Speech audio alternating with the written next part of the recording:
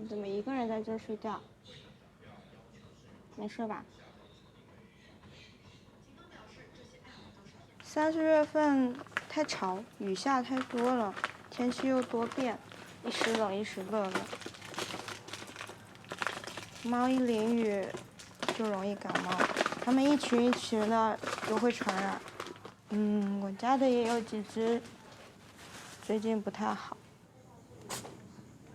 就那只头孢啊，我前2天没看见它，有一天回来晚上看见它，就看它一只，就跟刚刚那只小猫一样，自己一直睡在那里。我就觉得它可能不太行，你给它喂了点药，但是没过来。